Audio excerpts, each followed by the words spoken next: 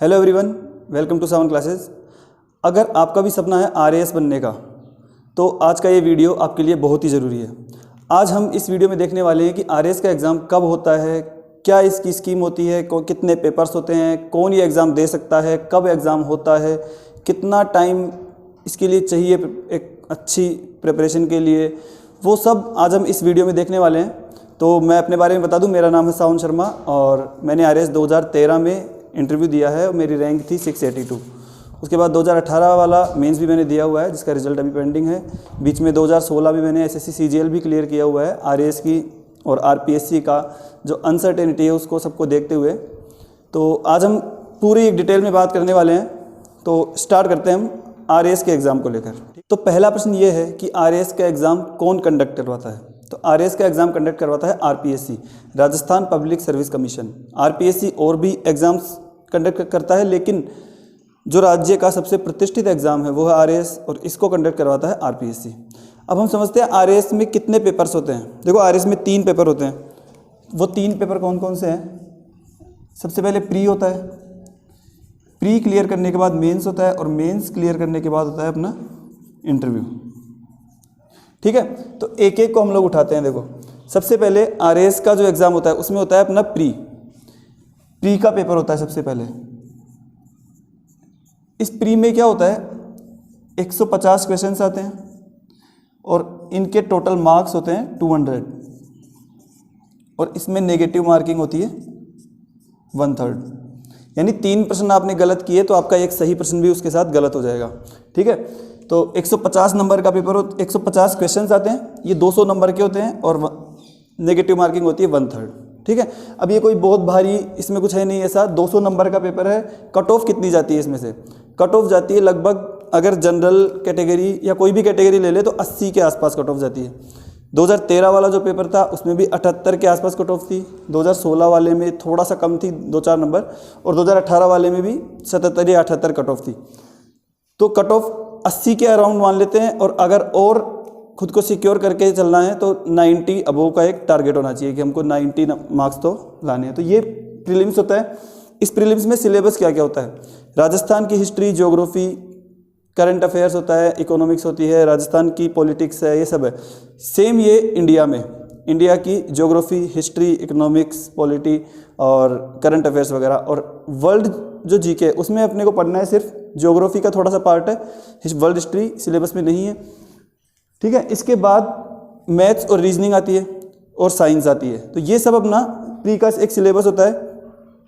ये आपको सब आरपीएससी की साइट पे मिल जाएगा, या आप मेरा टेलीग्राम चैनल ज्वाइन कर सकते हैं जिसका लिंक आपको इसके डिस्क्रिप्शन में मिल जाएगा। वहाँ पे आपको ये सारा मटेरियल मिल जाएगा। ठीक है, तो ये अपना प्री होता है। 150 प्रश्न आते हैं, 200 नंबर का होता है और इसमें 1/3 नेगेटिव मार्किंग होती है। ठीक है, इसके बाद प्री क्लियर करने के बाद आता है मेंस और सबसे बड़ा खेल वही है। प्री सिर्फ क्वालिफाई करना है, इसके मार्क्स फाइनल रिजल्ट में ऐड नहीं होते हैं। ठीक है, तो सबसे बड़ा जो खेल है वो होता है मेंस का। प्री क्लियर करने के बाद आता है मेंस। अभी हम समझ रहे हैं इस एग्ज़ाम की स्कीम क्या है, कितनी स्टेजेस क्लियर करने के बाद हम कुछ जॉब गेन कर सकते हैं। ठीक है, तो प्री क्लियर करने के बाद आता है मेंस और मेंस में आते हैं अपने पास 4 पेपर। मेंस में आते हैं अपने पास 4 पेपर, पेपर 1, पेपर 2, 3 और 4।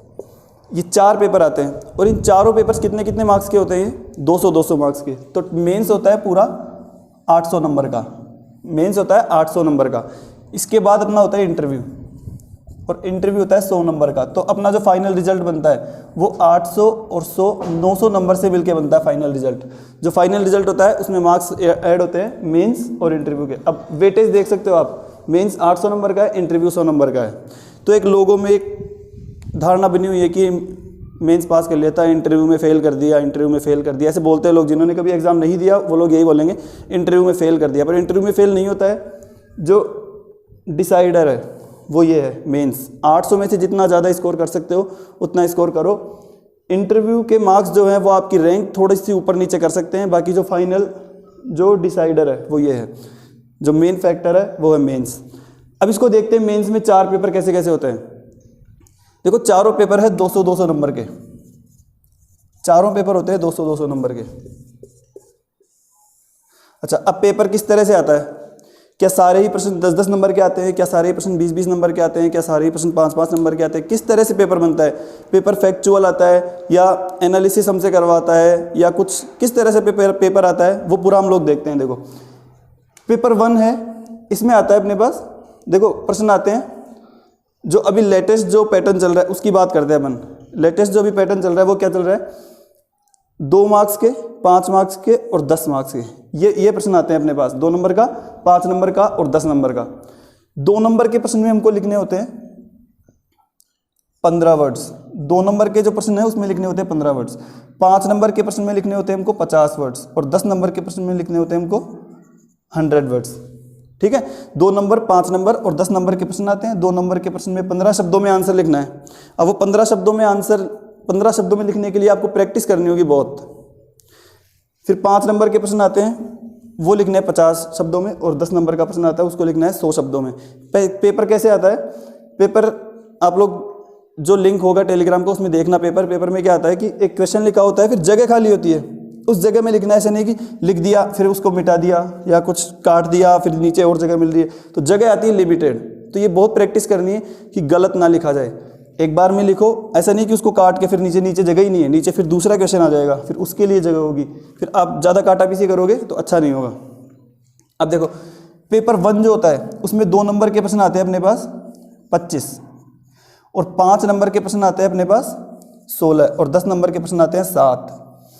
ऐसे ही पेपर 3 में भी इसी तरह से आते हैं। 2 नंबर के 25 प्रश्न आते हैं, 5 नंबर के 16 प्रश्न आते हैं और 10 नंबर के 7 प्रश्न आते हैं। ठीक है, पेपर 2 में थोड़ा सा अलग है। इसमें क्या आता है कि 2 नंबर के प्रश्न आते हैं अपने पास 15, 5 नंबर के प्रश्न आते हैं अपने पास 14 और 10 नंबर के प्रश्न आते हैं 10।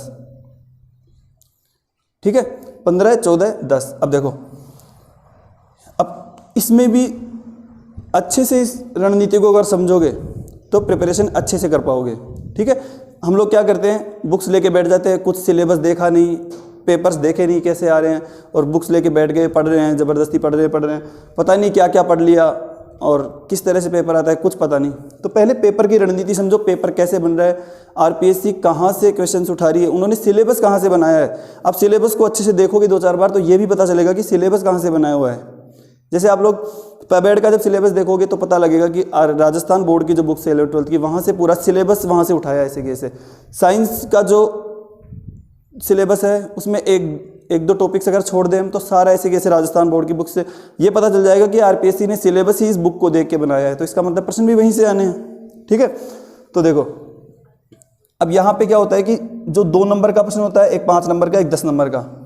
अब होता क्या है, देखो 2 नंबर के जो प्रश्न आते हैं वो कैसे आते हैं, फैक्चुअल, अधिकतर फैक्चुअल। कुछ 1, 2, 3 प्रश्नों को छोड़ दो जो थोड़े एनालिटिकल होते हैं, उसके अलावा बाकी 2 नंबर के जो प्रश्न आते हैं वो होते हैं फैक्चुअल, कि इस पार्टी की स्थापना कब हुई और किसने की, दोनों नाम लिख दिए, 2 नंबर ले लो। इसी तरह से 5 नंबर का प्रश्न होता है। लेकिन 10 नंबर का जो प्रश्न होता है वो होता है एनालिटिकल। उसमें आपको 100 वर्ड्स में कुछ सोचने को बोलता है कि ऐसा क्यों हुआ, या इसके बारे में आपके क्या सुझाव है, या किसी चीज़ कोई एक्ट आ गया तो इस एक्ट में क्या सुधार करना चाहिए। तो इस तरह के प्रश्न में कभी भी फुल मार्किंग नहीं होगी। बहुत ही अच्छा आंसर लिख दिया तो 8 नंबर, अच्छा आंसर लिखा है तो 6 नंबर, 6 से ज़्यादा बहुत ही कम बढ़ते हैं आगे। इसमें एवरेज सा आंसर लिखोगे 3-4 नंबर, और इसमें कोई फिक्स भी नहीं है।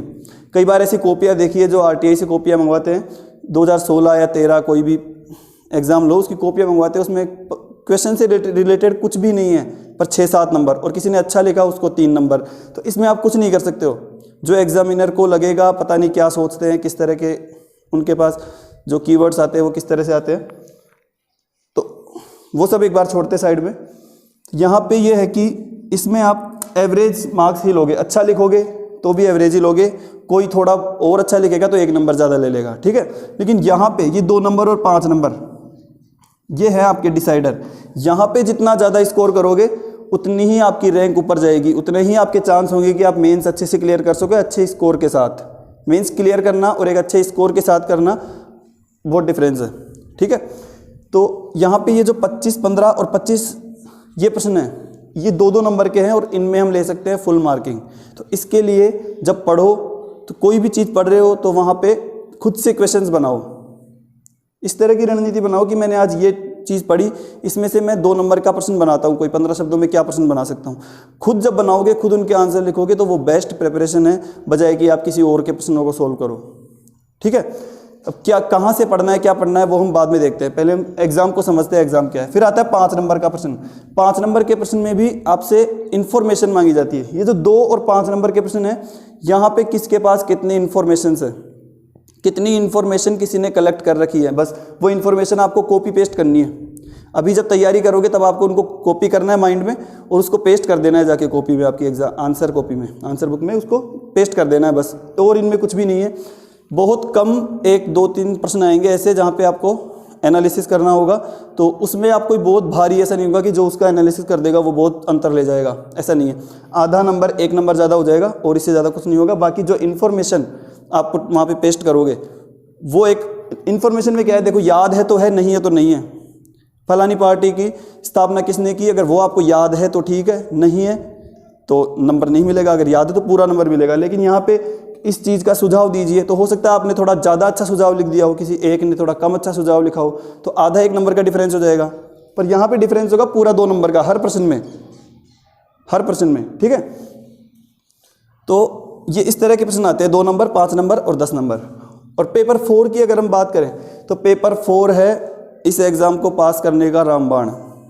इस एग्ज़ाम को क्लियर करना है, उसका ब्रह्मास्त्र पेपर 4, इसका ब्रह्मास्त्र पेपर 4। मैं आपको 2 लोगों के बारे में बताता हूँ, उनका नाम मैं भी आपको नहीं बताऊँगा, दोनों मेरे मित्र हैं। उनकी 2016 में जो रैंक है उसका डिफरेंस है इस पेपर की वजह से, इस पेपर की वजह से दोनों की रैंक में डिफरेंस है। एक की रैंक टॉप 15 में और एक की रैंक 500 के अराउंड है, इस पेपर की वजह से। बाकी तीनों में जिसकी रैंक 500 है उसके 1-2 नंबर ज़्यादा ही है इन तीनों पेपर में, लेकिन इस पेपर में जो मार्क्स लाया है वो है टॉप 15 में, और वो अभी DYSP है। ठीक है, तो ये पेपर है ब्रह्मास्त्र, और ये पेपर तैयार होगा रोज, ये पेपर तैयार होगा रोज। कौन सी बुक पढ़नी है, किस चीज़ के लिए, यहाँ पे भी क्या पढ़ना है, इसके लिए हम एक अलग से वीडियो बनाएंगे पूरी बुक लिस्ट पे। पूरी बुक लिस्ट आपको मिलेगी, कहाँ से क्या पढ़ना है, आपको इधर उधर नहीं भागना है कि हम ये पढ़ लें, वो पढ़ लें, इधर से भी पढ़ लें, उधर से भी पढ़ लें। मैंने भी बहुत पढ़ा है, 2013, 16, 18 तीनों पेपर्स मैंने दिए हैं, तो जगह जगह से मैंने भी बहुत पढ़ा है। तो अब फाइनल कंक्लूजन यही है कि इधर उधर नहीं भागना चाहिए। आप जब सिलेबस देखोगे, सिलेबस को रोज देखना है, रोज सिलेबस को देखना है। कोई चीज़ जिसको हम सबसे ज़्यादा इग्नोर करते हैं, वो 2 चीज़ें हैं, सिलेबस और रिवीजन। सबसे ज़्यादा इग्नोर जिस चीज़ को किया जाता है वो है सिलेबस और रिवीजन, और सबसे इम्पोर्टेंट अगर कोई 2 चीज़ है तो वो भी है सिलेबस और रिवीजन, और इन 2 को ही हम करते हैं इग्नोर। इस वजह से कोई ना कोई कमी रह ही जाती है। ठीक है, तो बुक लिस्ट हम देखेंगे अगले वीडियो में। अभी हम देखते हैं ये रणनीति। ये पूरा एक आपके पास आउटलुक हो गया कि इस तरह से पेपर आता है। प्री आता है 150 नंबर का, मेंस आता है 200-200 नंबर के 4 पेपर होते हैं, और उसमें इस तरह से प्रश्न पूछे जाते हैं। ठीक है, इसके बाद आता है इंटरव्यू। इंटरव्यू होता है 100 नंबर का। अब इंटरव्यू में क्या पूछा जाता है, इंटरव्यू में कुछ भी पूछा जा सकता है। आपका बैकग्राउंड, आप कहाँ से हो, उस एरिया के बारे में पूछा जा सकता है, या आपने ग्रेजुएशन में क्या किया है वहाँ से पूछा जा सकता है, या आप किसी जॉब में हो तो उस जॉब से रिलेटेड क्वेश्चंस पूछे जा सकते हैं, या आपकी जिस जगह से आप हो वहाँ का जो कल्चर है उससे रिलेटेड कुछ पूछा जा सकता है। करंट में कोई इशू चल रहा है इकोनॉमी से रिलेटेड, पॉलिटिक्स से रिलेटेड, तो वो पूछा जा सकता है। कुछ भी पूछा जा सकता है, तो वो साथ ही तैयारी चलती है। ऐसे नहीं कि अलग से 10 दिन 15 दिन क्लास कर ले इंटरव्यू और हो गई तैयारी, कुछ नहीं। 4th पेपर और इंटरव्यू हमेशा साथ चलता है। आप किसी टॉपिक को उठा सकते हो कि मैं 5 दिन में इसको खत्म कर लूँगा, ठीक है हो जाएगा, लेकिन इंटरव्यू की तैयारी और 4th पेपर की तैयारी ये हमको करनी है। जिस दिन से तैयारी शुरू करोगे उस दिन से लेके जिस दिन एग्जाम में बैठोगे तब तक डेली तैयार करना है इनको, दोनों चीज़ों को। ठीक है, आपको पता भी नहीं चलेगा इंटरव्यू की तैयारी कब हो गई। अच्छे से पढ़ाई करो, इंटरव्यू अपने आप तैयार हो जाएगा। ठीक है, चलो और आगे देखते हैं अपन थोड़ा सा कुछ। अच्छा, अब ये सब जानने के बाद कि ये एग्ज़ाम इस तरह से एग्ज़ाम होता है, प्री होता है, फिर मेंस होता है, फिर इंटरव्यू होता है, इस तरह से प्रश्न आते हैं। इसके बाद प्रश्न ये उठता है कि हम स्टार्ट कैसे करें। या कई बार होता है कि जैसे अभी एक ब्रेक हो गया, 2018 का पेपर हुआ था जून में मेंस, उसके बाद ब्रेक हो गया कि कई लोगों को रिजल्ट नहीं आ रहा है, 9-10 महीने हो गए, तो एक बीच में गैप हो जाता है कि, तो अब उन लोगों को भी वापस स्टार्ट करना है। और जो लोग पहली बार कर रहे हैं उनके लिए बेस्ट टाइम है ये बेस्ट टाइम है। अभी आप लोग कुछ नहीं कर रहे हो, टाइम वेस्ट कर रहे हो इधर उधर या कुछ और कर रहे हो, उससे बेटर है कि एक अपना ड्रीम बनाओ और उसको फॉलो करो। एक गोल फिक्स करो और लग जाओ उसके लिए। तो तैयारी आरएएस की कैसे स्टार्ट की जाए, आरएएस की तैयारी कैसे स्टार्ट की जाए? देखो, सबसे पहली चीज़ आती है सिलेबस। सबसे पहली चीज़ आती है सिलेबस। इस सिलेबस को डाउनलोड करो, आरपीएससी की साइट से कर लो या मेरे टेलीग्राम चैनल से आप लोग इसको डाउनलोड कर लो। और अगर कहीं से इस समय प्रिंट आउट इसका ले सको तो इसका प्रिंट आउट लो, इसको अपनी टेबल पे, अपने जहाँ पे आप पढ़ते हो वहाँ उस दीवार पे या कहीं भी लगाओ और इसको रोज़ देखो। इसको रोज़ देखो 10-15 मिनट के लिए, इसको रोज़ देखो। आप रोज़ देखो पूरे सिलेबस को, तो आपको बाय हार्ट होना चाहिए, पता होना चाहिए। फिर कोई भी चीज़ आप पढ़ो तो आपको ये पता होना चाहिए कि अच्छा ये तो मेरे इस पेपर में इस जगह काम आने वाली चीज़ है। ठीक है, तो ये पूरा सिलेबस पता होना चाहिए आपको। सिलेबस एक बार रोज़ देखना चाहिए एक बार। दूसरी चीज़ जो आपको देखनी है वो आपको देखना है 2013, 16 और 18 के क्वेश्चन पेपर्स। 2016, 13 और 18 प्री मेंस दोनों, ये दोनों आपको ये दोनों देखने हैं। 2013, 16, 18 का प्री का पेपर भी देखना है और मेंस का भी देखना है। उससे आपको आइडिया लगेगा कि कहाँ से पेपर बन रहा है, किस तरह के क्वेश्चंस आ रहे हैं, क्या क्वेश्चंस फैक्चुअल आ रहे हैं, किस पोर्शन से ज़्यादा आ रहे हैं, कहाँ से कौन सा टॉपिक ऐसा है कि यहाँ से तो कोई क्वेश्चन पूछता ही नहीं है, उसका कॉस्ट बेनिफिट बहुत कम है। तो क्या ज़्यादा पढ़ना है, क्या कम पढ़ना है, किस में स्कोर ज़्यादा हो सकता है, ये सब आपको आइडिया लगेगा जब क्वेश्चन पेपर्स आप लोग देखोगे। 2013, 16, 18 तीनों सालों के हमको पेपर देखने हैं। ठीक है, आपको ये पता चल जाएगा सीधा। देखो, आरपीएससी का पेपर बनता है उसमें ज़्यादा मेहनत नहीं होती है, उसमें आपको सीधा सीधा ये पता लग जाएगा कि अच्छा फैक्चुअल ज़्यादा आ रहा है या करंट से ज़्यादा आ रहा है या इकोनॉमिक सर्वे से प्रश्न ज़्यादा आ रहे हैं या कहाँ से हिस्ट्री से प्रश्न ज़्यादा आ रहे हैं या पॉलिटी से ज़्यादा आ रहे हैं या सेम पैटर्न है तीनों का। तो ये आपको पता लगेगा प्री और मेंस दोनों।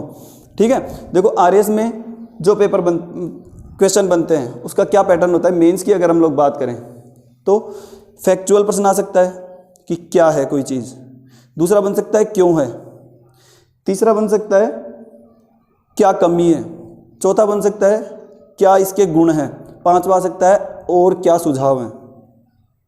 तो ऐसे बहुत सारे पॉइंट्स हैं।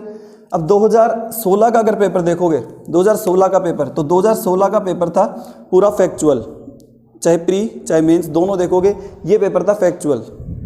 2013 का पेपर था, इसमें आपके एनालिटिकल पावर उन्होंने देखी है, मतलब कि कोई कितना सोच सकता है, सुझाव मांगे हैं या इस तरह के प्रश्न 2013 का मेंस जो था उसमें थे। 2016 के मेंस में थे फैक्चुअल पेपर था पूरा। 2018 का जो पेपर है ये दोनों का मिक्स है, कुछ क्वेश्चंस फैक्चुअल थे और कुछ एनालिटिकल थे, उसमें आपको एनालिसिस करना था, और कुछ थे फैक्चुअल, सीधा सीधा लिखो आंसर कि हाँ ये चीज़ क्या है, ये चीज़ ये है, और कुछ थे सुझाव मांगे हैं। या पॉलिटी का बहुत ही अच्छा प्रश्न पेपर बना था इस बार मेंस में, तो उसको देखोगे तो आइडिया लगेगा कि किस तरह के पेपर आ रहे हैं। अब उससे फिर इस तीनों से आपको क्या सीखना है, इससे कंफ्यूज नहीं होना है कि पेपर फैक्चुअल आएगा या एनालिटिकल आएगा। इससे ये रखना है कि जो 2020 की वैकेंसी आएगी उसके लिए हमको हर मोर्चे पे तैयार रहना है, हमको फैक्चुअल पेपर के लिए भी तैयार रहना है और हमको एनालिटिकल पावर भी हमारी इंक्रीज़ करनी है। उसके लिए क्या है, न्यूज़पेपर पढ़ना है डेली। ठीक है, और अच्छे अच्छे यूट्यूब पे वीडियोस हैं, उनको देखोगे तो अपने आप डेवलप हो जाएगी वो पढ़ने के साथ साथ। उसके लिए बेस्ट चीज़ है राइटिंग प्रैक्टिस करो। एक अपना ग्रुप बनाओ 2-4 फ्रेंड्स का, या कोई जो एग्ज़ाम दे रखे हैं पहले 2-3 बार, उन लोगों के साथ अपना आंसर लिखो और क्रॉस चेक करो एक दूसरे का। ठीक है, तो यहाँ पे फैक्चुअल और एनालिटिकल दोनों तरह की अप्रोच रखनी है हमको। ठीक है, एग्ज़ाम क्या करता है, एग्ज़ाम हमको चौंकाता है। अगर कोई एसएससी सीजीएल की तैयारी भी करने वाले हैं तो वो लोग देखेंगे 2017 का जो पेपर हुआ था उसका मेंस आया था, उसने एकदम चौंकाया था। जो एडवांस मैथ आई थी वो एकदम खतरनाक वाली आई थी, तो उसने एकदम सबको चौंका दिया था। तो जो लोग उसमें नहीं चौंके वो लोग जॉब ले गए, और जो लोग चौंक गए वो 2018-19 आगे के लिए एग्ज़ाम देते रहे हैं अभी तक। ठीक है, तो एग्ज़ाम के लिए पहले से प्रिपेयर रहना है, चौंकना नहीं है। वो चौंकाएगा मगर आपको चौंकना नहीं है। ठीक है, तो ये क्वेश्चन पेपर्स को एक बार देखना है कि किस तरह के प्रश्न आ रहे हैं। फिर अभी जब जो लोग बिल्कुल स्टार्ट अभी करने वाले हैं उन लोगों को पेपर में हो सकता है कुछ समझ नहीं आए कि क्या है ये, कुछ क्या पता नहीं, समझ में नहीं आ रहा है। फिर भी देखो एक बार पेपर को, फिर भी देखो, क्योंकि जब आप पढ़ोगे फिर आपको वो प्रश्न याद आएगा कि हाँ यार ऐसा तो कुछ प्रश्न देखा था मैंने। फिर आप वापस जाओगे पेपर में, फिर आपको चीज़ अच्छे से क्लियर होगी। तो आपने चाहे अभी कुछ नहीं पढ़ा है तो भी आप एक बार पेपर को देखो। ठीक है, इसके बाद ये आता है कि हम सबसे पहले कौन सा सब्जेक्ट स्टार्ट करें, कि हमको पढ़ना तो है लेकिन कौन सा सब्जेक्ट स्टार्ट करें। कौन सा सब्जेक्ट हम लोग स्टार्ट करें? तो देखो, सब एक जो मेथड होता है पढ़ने का वो ये कहता है कि सबसे पहले आप ज्योग्राफी पढ़ो, किसी भी जगह की आप ज्योग्राफिकल कंडीशंस देखो, उसके बाद आप वहाँ की हिस्ट्री पढ़ो। ज्योग्राफिकल कंडीशंस है, उसी पे फिर उस हिस्ट्री उसकी उसी से गाइड होती है कि ऐसी ऐसी घटनाएं हुई यहाँ, तो वो जो ज्योग्राफिकल कंडीशंस है वो उसको बहुत अफेक्ट करती है। उसके बाद फिर आप पढ़ो वहाँ की पॉलिटी, और उसके बाद आप उस जगह की पढ़ो इकोनॉमी, ठीक है। लेकिन आरएएस का जो नेचर है वो इस तरह का नेचर है कि ज़्यादा आपसे एनालिसिस करवाता नहीं है, इसलिए मैं बोलूँगा कि आप कहीं से भी स्टार्ट करो, जहाँ से आपको अच्छा लगता है, जो टॉपिक अच्छा लगता है वहाँ से स्टार्ट करो, ठीक है। देखो, आरएएस और आईएएस यूपीएससी दोनों का सिलेबस बहुत कुछ मैच करता है, लेकिन जो क्वेश्चन पूछने का जो अप्रोच है वो बहुत डिफरेंस है, बहुत डिफरेंस है, उसमें बहुत ज़्यादा डिफरेंस है। इसलिए आरपीएससी में मैं ये कहूँगा कि जहाँ जिस चीज़ में आपको इंटरेस्ट हो वहाँ से स्टार्ट करो। आपको पॉलिटी अच्छा लगता है वहाँ से स्टार्ट करो, आपको इकोनॉमिक्स अच्छा लगता है वहाँ से स्टार्ट करो, आपको कल्चर अच्छा लगता है वहाँ से स्टार्ट करो, मैथ साइंस अच्छी लगती है वहाँ से स्टार्ट करो, किसी का पबेड सब्जेक्ट है वहाँ से स्टार्ट करो, जहाँ से स्टार्ट करना है वहाँ से स्टार्ट करो। तो किस सब्जेक्ट से स्टार्ट करें? कहीं से स्टार्ट करो जिसमें आपका इंटरेस्ट हो, जिस सब्जेक्ट में आपको इंटरेस्ट आए वहाँ से स्टार्ट कर लो। अगला प्रश्न यह आता है कि कितना पढ़ें?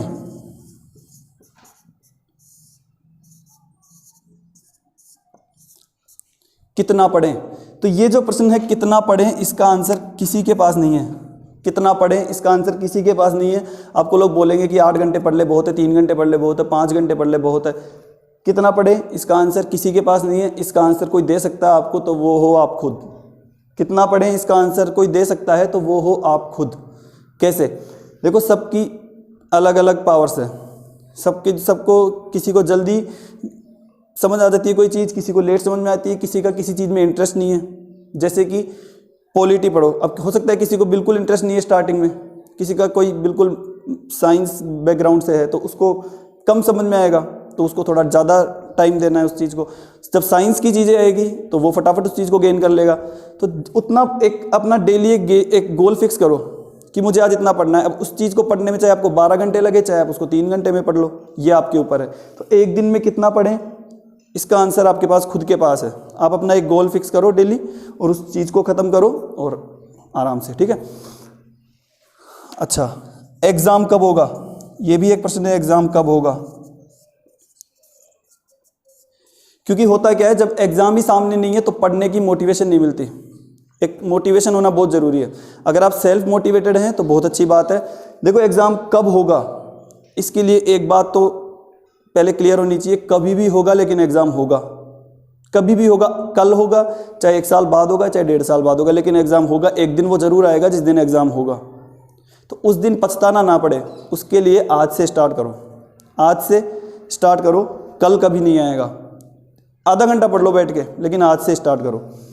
एग्ज़ाम कब होगा, अगर इसके बारे में अपन एक आइडिया लगाएं तो देखो, आरपीएससी का एक मोटा मोटा सा टारगेट रहता है कि हर 3 साल में एक वैकेंसी कंप्लीट करने का। हर 3 साल में, डेली हर साल नहीं आता है, यूपीएससी की तरह नहीं है यहाँ पे। हर 3 साल में एक वैकेंसी पूरी करने का। 2008 में आया, 10 में आया, उसके बाद शायद 12 में आया, फिर 13 वाला आके वापस एग्ज़ाम हुआ था 16 में, उसके बाद 18 का चल रहा है। तो ये हर 2-3 साल में एक वैकेंसी आती है। तो अब टाइम हो गया है।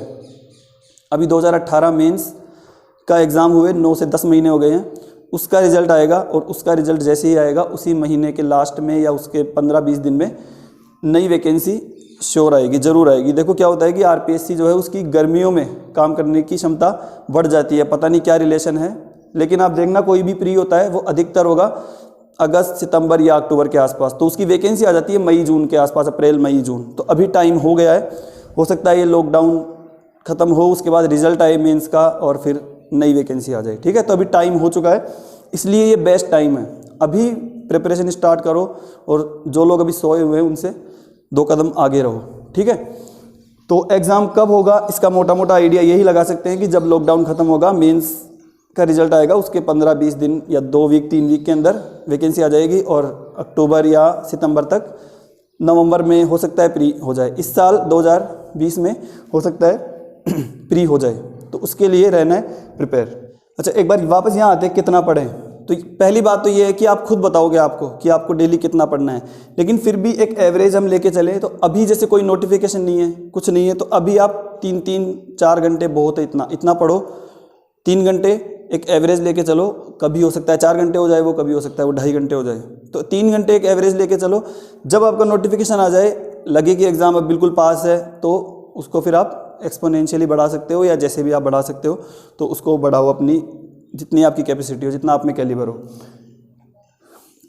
अब एक प्रश्न ये रहता है कि क्या हम RAS पे ही पूरी तरह डेडिकेटेड हो जाएं, पूरी तरह इसी के पीछे लग जाएं? तो इसका जवाब सीधा सा ये है कि आप RPSC के रवैये को समझो और फिर खुद डिसीजन लो। RPSC क्या करता है कि आपका 3 साल एक वैकेंसी में जाता है। अब ये भी श्योरिटी नहीं है कि आपका उस चांस में हो ही जाए। आपने बहुत अच्छा किया है, अच्छे से पढ़ाई की है, पेपर भी अच्छे से हुए हैं, लेकिन इन केस कि आपका नहीं हुआ सिलेक्शन, तो फिर आपको 3 साल और वेट करना पड़ेगा। इस तरह से 6-7 साल आपके निकल जाते हैं। उसके बाद भी श्योरिटी नहीं है कि आपका दूसरे वाले में भी हो जाए। डिमोटिवेट मैं नहीं कर रहा हूँ, मोटिवेटेड रहो, लेकिन एक सच्चाई को भी देखते हुए चलो। उसके लिए आप लोग क्या करो कि आप RAS की तैयारी करोगे तो आप राजस्थान की GK अच्छे से कर पाओगे। उसके लिए आप जो राजस्थान में और भी एग्ज़ाम्स होते हैं, वो एग्ज़ाम्स भी साथ में देते रहो। जब वो एग्ज़ाम अगर पास में आ जाए तो थोड़ा सा इसको रोक दो, 1 घंटा 1.5 घंटा दे लो, बाकी टाइम दूसरे एग्ज़ाम को पढ़ो। साथ में एक बैकअप होना बहुत ज़रूरी है। अगर आपका बैकग्राउंड बहुत ज़्यादा फाइनेंशियली स्ट्रॉन्ग नहीं है तो आपके लिए एक बैकअप प्लान होना बहुत ज़रूरी है। अगर ये होता कि RAS का एग्ज़ाम हर साल होगा, 17, 18, 19, 20, 21, 22 हर साल होगा, तो फिर मैं आपको कहता कि आप इसी पे डटे रहो। इस साल नहीं अगले साल हो जाएगा, अगले साल नहीं तो उसके अगले साल हो जाएगा, लेकिन हो जाएगा। लेकिन ऐसा नहीं है RPSC के केस में। RPSC के केस में क्या है, 5 साल में 6 साल में 2 वैकेंसी, 3 से 4 साल मान के चलो एक वैकेंसी का, उसमें हो जाता है, बहुत अच्छी बात है। अगर नहीं होता है तो फिर वो डिप्रेशन में लाने वाली चीज़ हो जाती है। ठीक है, तो ये मोटी मोटी एक रणनीति थी RAS के बारे में। अब बुक लिस्ट, कौन कौन सी किताबें पढ़ें, किस चीज़ को इग्नोर करना है, क्या पढ़ना है वो भी ज़रूरी है, किस चीज़ को इग्नोर करना है वो भी बहुत ज़रूरी है। तो ये सब हम देखेंगे अगले वीडियो में। अब इससे रिलेटेड अगर और कोई क्वेश्चन आपका है तो आप कमेंट में बताओ, और कोई भी और जिज्ञासा हो तो कमेंट करो। कोशिश करूँगा मैं अगले वीडियो में उस सभी प्रश्नों का जवाब देने का। ठीक है, तो आज से स्टार्ट करो, कुछ भी पढ़ो, राजस्थान का कल्चर उठा लो, बहुत इंटरेस्टिंग लगेगा। वहाँ से स्टार्ट करो, एक छोटा सा टॉपिक कुछ भी पढ़ लो, राजस्थान के वाद्य यंत्र पढ़ लो, कुछ भी आधा घंटा स्टार्ट करो, आज से स्टार्ट करो। ठीक है, ओके, मिलते हैं अगले वीडियो में। ठीक है, thank you, all the best.